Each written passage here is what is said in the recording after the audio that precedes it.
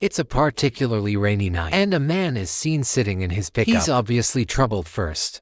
He takes his wedding band off and throws it away, lights a match, and then gets out of the car with a gas canister and a hammer in his hand. Reaching the house doors, he alerts the inhabitants that run toward him, only to be violently taken down. He pours gas all over the house and lights it on fire. As he drives away, the house blows up.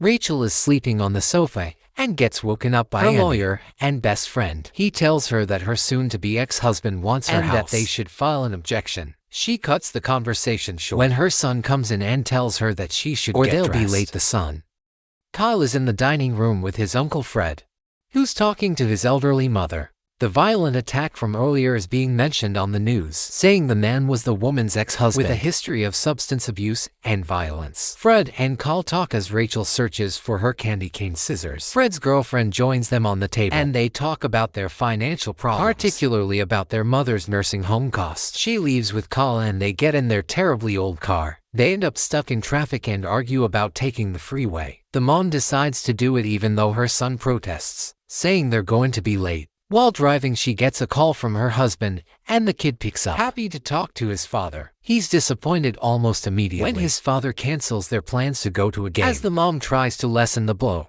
To make matters worse, they still end up in a traffic jam on the freeway, and his mom gets another call, this time from a client.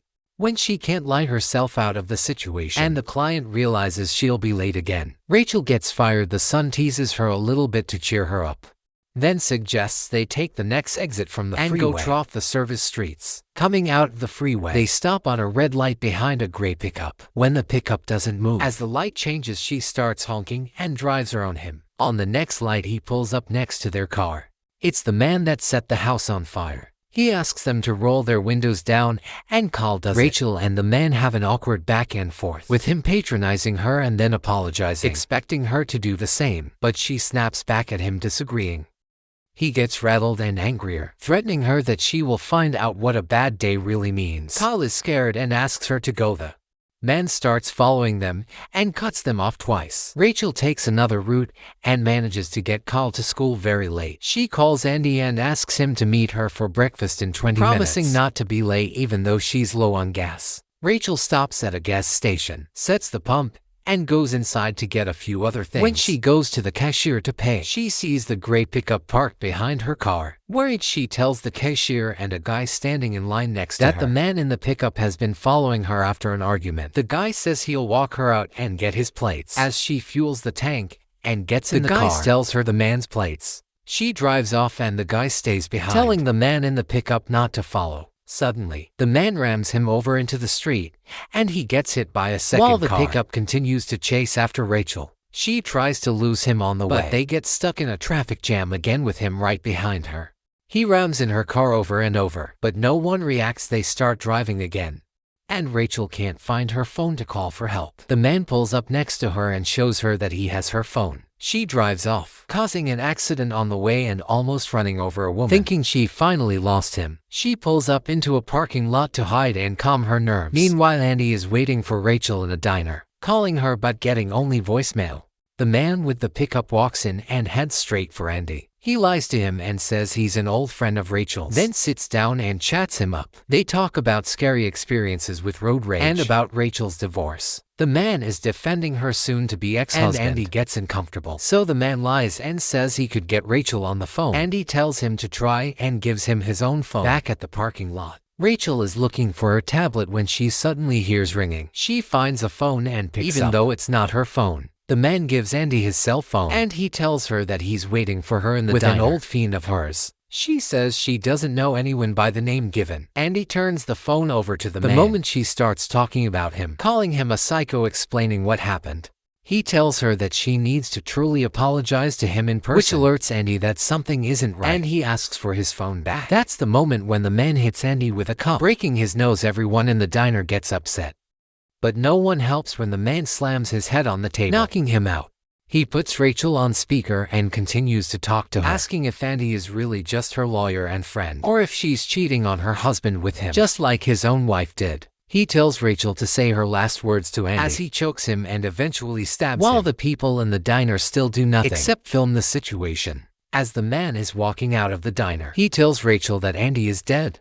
She tries to plead with him and apologizes, but the man doesn't believe her and speeds away. The man calls her again from her own phone and starts reciting all the messages she's got, including one from her son's school. He starts toying with her and asking her to choose who he should kill from her contact list. When she refuses, he sends all her money to her husband and threatens to go after her mom and to burn her house down. Rachel chooses herself, but he doesn't accept and asks for another name. She chooses the name of the client that fired her. He hangs up, and Rachel immediately calls the police. They arrive at the house of her client, but the man isn't there. Back at the house, Fred is watching what happened in the diner on the news. There's a strange noise coming from the other room, and his girlfriend doesn't respond to his calls. He goes to check on her, and on the way he sees the pickup parked before the house. The noises continue, and he follows them with a knife on hand. The man appears holding his beaten-up girlfriend and telling him about what happened with Rachel. He says he feels insignificant and that the only thing he has left is violence and revenge. So he kills Fred's girlfriend and then sends Rachel a photo of him with her brother. The man calls her again and she tells him she called the police, which he already knows. He checks the tracker on Rachel's phone, sees that she's in front of Kyle's school, and tells her that she has 3 minutes to pick him up and drive away. Kill Fred. He tells Fred to write her a letter, blaming her for his girlfriend's death, all the while pouring gasoline on him. Meanwhile, Rachel gets her son out of school.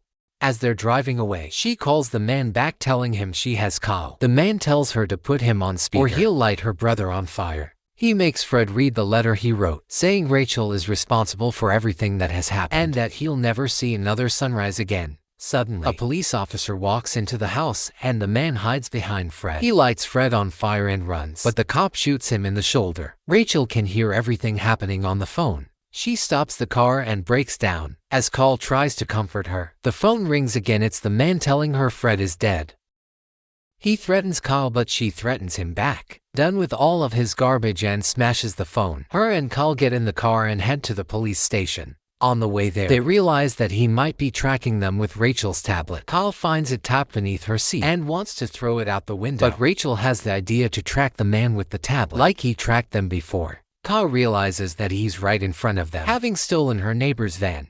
They see a police car in front as well, and Rachel tells Kyle to put his seatbelt on, pulling up on the side of the van, headed straight to the police car. Kyle tries to get the cops' attention, but the man figures out what they're doing and rams the police car, causing a massive car crash. He keeps following them and catching up. Kyle calls the police from the tablet, but they tell them that they can't do anything to help. The tablet runs out of battery, and they are left on their own. Rachel decides to go to her mother's house, where the neighborhood is just complicated enough to slow the man down a little. She speeds up, and he follows, causing car crashes on the way. She manages to trick him and lose him for a moment, just long enough to get to her mother's house and let Kyle inside. When he gets there, he activates the panic button on the alarm, then gets a flashlight and hides upstairs in a secret compartment. Meanwhile, the man is riding around in the neighborhood looking for them.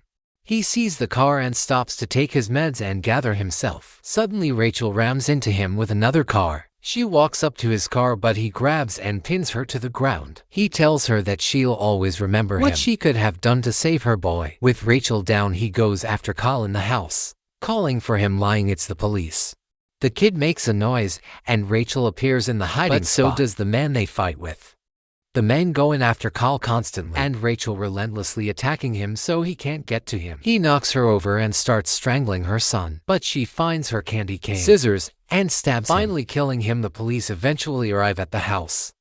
Rachel and Kyle are approached by the police officer that found Fred, and he tells her that he's still alive. They drive toward the hospital to see him, making sure they don't anger anyone else on